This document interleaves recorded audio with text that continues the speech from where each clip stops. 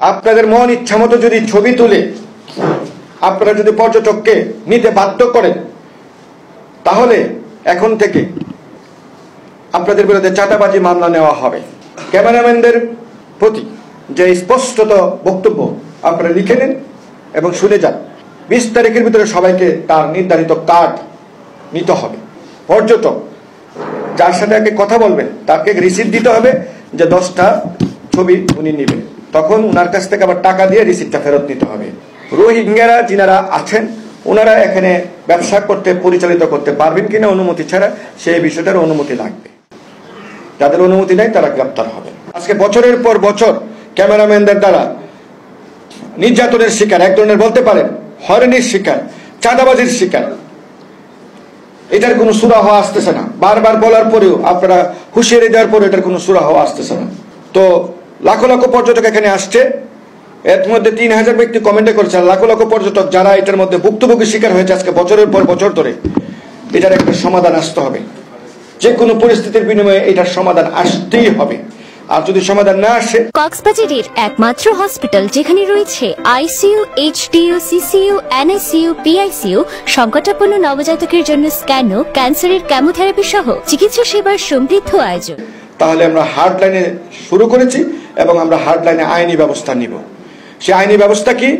আপনারা যদি এই উপদ্রব, এই হয়রানি বন্ধ না করেন এবং ইচ্ছাকৃতভাবে যদি 5 টাকা নির্ধারণ করা হয়েছে 5 টাকাই নেবেন, কিন্তু আপনাদের মন ইচ্ছা মতো যদি ছবি তুলে আপনারা যদি পর্যটককে নিতে বাধ্য করেন, তাহলে এখন থেকে আপনাদের বিরুদ্ধে চাঁদাবাজি মামলা নেওয়া হবে। পরিষ্কার কথা। এবং চাঁদাবাজি মামলা নিয়ে আপনাদেরকে গ্রেপ্তার করা হবে। আর কোনো হুঁশিয়ারি দেওয়া হবে না। সে ক্যামেরাম্যান হোক, বিচ বাইক হোক, হর্স রাইডার হোক, শুধু মোবাইলে শুধু যদি কেউ আমাদেরকে অভিযোগ করে, সে অভিযোগকারীর বিরুদ্ধে চাঁদাবাজি মামলা নেওয়া হবে।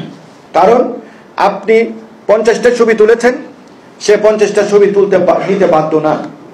সে যতটা বলেছে অতটাই দিতে হবে তাকে। আপনি যদি তাকে 4000 টাকা, 5000 টাকা যদি আপনি বাধ্য করেন, 6000 টাকা নিতে বাধ্য করেন, একটা ক্লিপে অনেকগুলি ছবি তুলেন বাধ্য করেন, তাহলে এই বাধ্যের অভিযোগ আসার সাথে সাথে আপনাকে গ্রেপ্তার করা হবে। আগে আপনাদেরকে ডেকেছিলাম,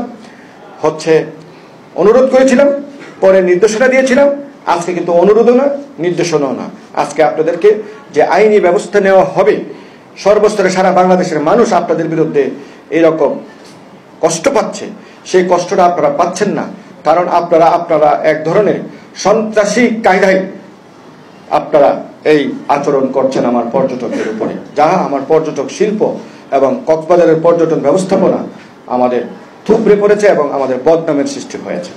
ক্যামেরাম্যানদের প্রতি যে স্পষ্টত বক্তব্য আপনারা লিখে নেন এবং শুনে যান, তা হচ্ছে আগামী 7 ডেজের ভিতরে, আগামী 7 ডেজ 20 তারিখের ভিতরে অনতি বিলম্বে আমরা জেলা প্রশাসক মহোদয়কে অনুরোধ করব, ম্যাজিস্ট্রেট মহোদয়কে অনুরোধ করব, 20 তারিখের ভিতরে সবাইকে তার নির্ধারিত কার্ড নিতে হবে, নবায়নকৃত কার্ড।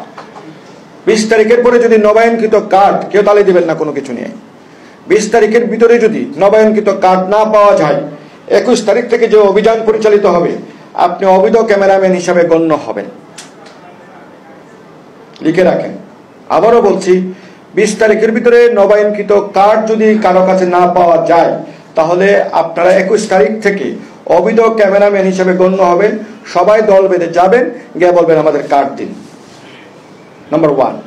নাম্বার 2, যার কার্ড সেই ব্যবহার করতে পারবে, অন্য কেউ ব্যবহার করতে পারবে না, অন্য কোনো ক্যামেরাম্যান ব্যবহার করতে পারবে না।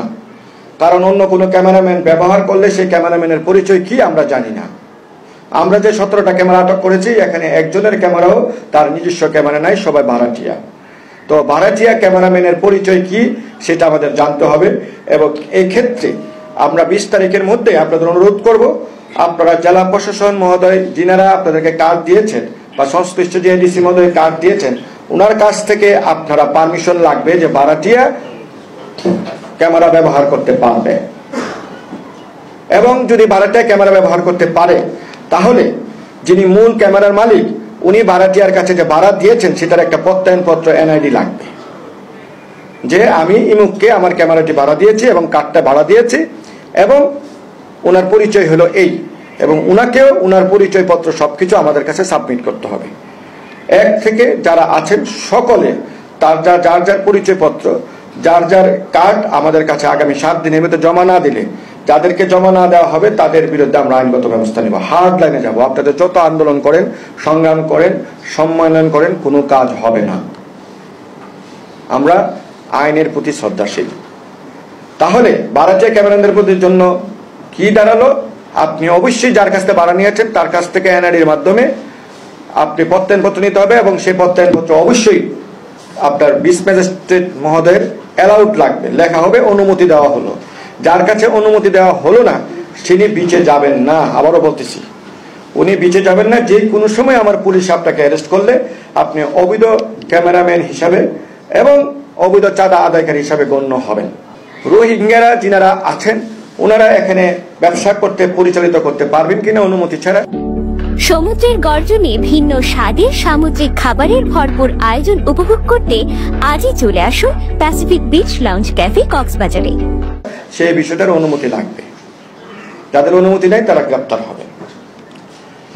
অতি ভাড়া যিনি আদায় করবে, শুধু মৌখিক আমরা একটা অভিযোগ পাওয়ার সাথে সাথে আমরা 10 মিনিট বা 15 মিনিট অথবা 1 ঘন্টার মধ্যে আমাদের টিম অনুসন্ধান করবে। অনুসন্ধানে যদি প্রমাণিত হয় যে আপনি অতি ভাড়া, অতি টাকা আদায় করেছেন, ঘোড়া চালক বলেন, ক্যামেরাম্যান বলেন এবং হর্স রাইডার বলেন, আপনার বিরুদ্ধে চাঁদাবাজি মামলা নেওয়া হবে এবং এরকম আদায় করলে আইনগত ব্যবস্থা নেওয়া হবে। সর্বাগ্যে আপনাদেরকে অনুরোধ করব, আগামী 10 ডেজের মধ্যে যার যার সমিতি আপনারা রিসিট সিস্টেম চালু করতে হবে। যার যার সমিতি রিসিট সিস্টেম চালু করতে হবে। বিচ বাইক, ক্যামেরাম্যান, কিডস কোর্সেও আছে, দেখেছি রিসিট। সবাই রিসিট, সবার কাছে একটা করে বই দিয়ে দিতে হবে এবং নিজের উদ্যোগে এই রিসিট বানাবেন। এবং যে পর্যটক যার সাথে আগে কথা বলবেন তাকে রিসিট দিতে হবে যে 10টা ছবি উনি নেবেন। তখন উনার কাছ থেকে আবার টাকা দিয়ে রিসিটটা ফেরত নিতে হবে, যাতে করে কেউ যদি আপনাকে বিচার দেয়ও তখন আপনি বলবেন, দেখেন স্যার 20টা রিসিট উনি নিয়েছে, এখন 10টা টাকা দিচ্ছে। তখন আমরা পর্যটককেও আপনাকে হয়রানি করার অপরাধে আমরা তাকে আইনের আওতায় আনতে পারবো। কোনো পর্যটক যদি, সেটাও বলে দিচ্ছি, 5 ঘন্টা ঘোরা চালে 1 ঘন্টার টাকা দেয়, সেটা যেমন অপরাধ, তেমনি ভাবে আপনি তার কাছে অতি ভাড়া আদায় করলে সেটাও অপরাধ। কোনো পর্যটক যদি আপনার কাছে 50টা ছবি ওয়াশ করে তার কাছে যদি রিসিট থাকে, সে যদি 20টার টাকা দেয় তাহলে বাকি 30টার টাকা তাকে দিতে হবে। আর যদি না দেয় তাহলে সেটার জন্য ওনাকে আইন ফেস করতে হবে। একটা স্পেশাল টিম নামানো হচ্ছে, হয়রানি প্রতিরোধ টিম। শুধুমাত্র ওদের কাজই হবে এই টিমের 2 জন ইন্সপেক্টর সহ 2 জন সাব ইন্সপেক্টর এবং 4 সদস্য সহ পুরো 10 সদস্য একটা টিম নামানো হচ্ছে। সেই টিমের কাজই হবে cameraman, beach bike, horse rider, kids jet ski সহ সকল স্টেক হোল্ডার যারা আমার পর্যটকদের হয়রানি করবে, হয়রানি প্রতিরোধক টিম গঠন করা হয়েছে। এই টিম আপনাকে গ্রেপ্তার করলে আপনি কিন্তু আমাদেরকে কোনো তদবির, কোনো চিল্লাচিল্লি কান্নাকাটি কাজ হবে না।